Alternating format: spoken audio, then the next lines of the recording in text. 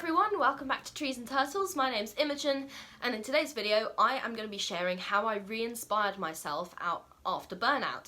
If you're not already subscribed, make sure to do that, give this video a thumbs up, follow me on Instagram, and let's get started. Earlier this year, in March 2023, I was burned out. Now, this was partly from social media burnout because I was trying to be consistent with posting on multiple platforms and I just didn't really have a very good plan, and I was getting to the end of my tether. But this burnout also, it was a wider thing. I was academically burnt out, I was doing a lot of extracurricular things, if extracurricular is still a thing when you're in university, anyway. But I was doing, basically my plate was full, my plate was overflowing and my plate was gonna break. And I just knew I needed a break. But it was March, it was the middle of the university year, I had exams coming up. Obviously I was gonna have a long summer break, but that was not gonna be for a few months. And so I just had to deal with burnout at a very, very busy time. And this is how I did and how I re-inspired myself because, here I am making videos. So clearly I bounced back, but how? So firstly, I took a long break. You probably remember, if you've been following my channel for a while, that I just suddenly stopped posting around March, and sorry about that, but also I was burned out. So I took a really, really long break for 5 months, March until August, March until August.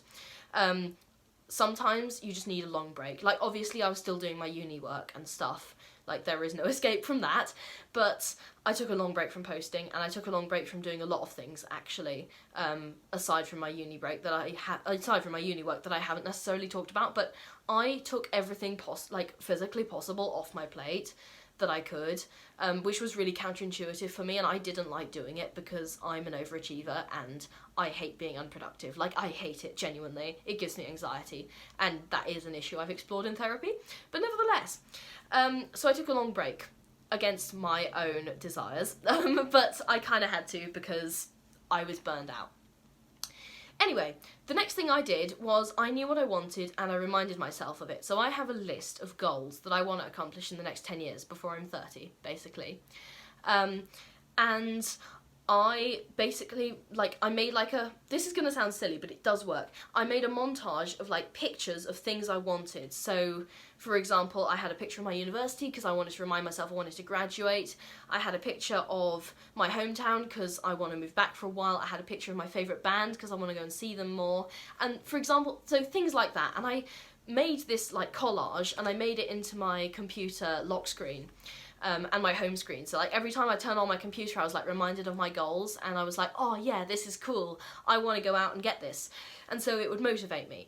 And that sounds like a really silly thing to do, but it genuinely did work, and I just reminded myself every day of what I wanted and of my my top goals. And it really inspired me. It genuinely did. Even in the middle of burnout I was yeah, this is cool, when I have energy I'm gonna go after this.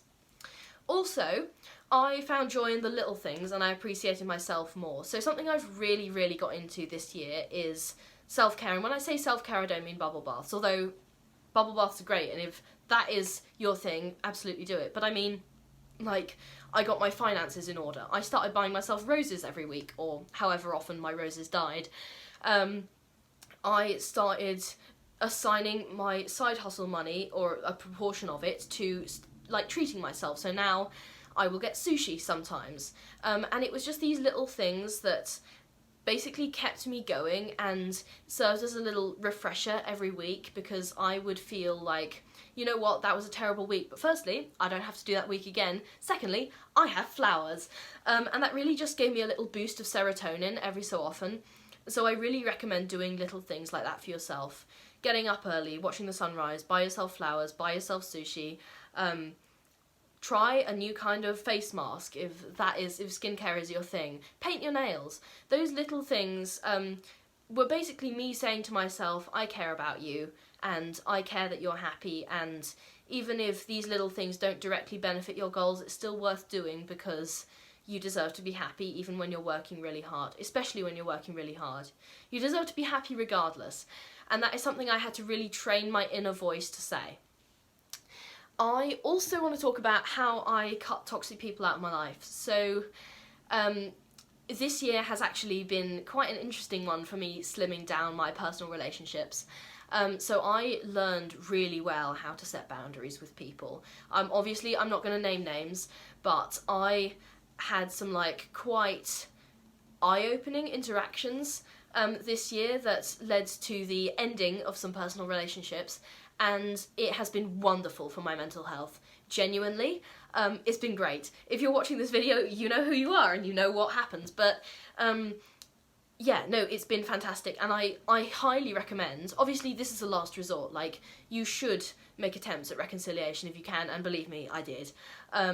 But if a relationship or like a friendship, and when I say relationship I don't necessarily mean romantic, it can be any kind of social relationship. If a relationship is causing you more mental health stress and problems, and after attempting reconciliation it has just like continued to go downhill, you are completely within your rights to cut that person off or just stop talking to them. And like, you don't have to give your reasons. I mean, in my case I did, it helped me get some closure, but you don't have to, and it is completely acceptable to just say to someone, look, I don't want to talk to you anymore, I'm sorry. And that's fine.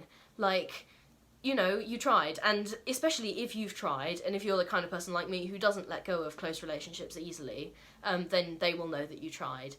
And so what I'm saying basically, if someone's killing your vibe, tell them, and if they don't stop killing your vibe, leave.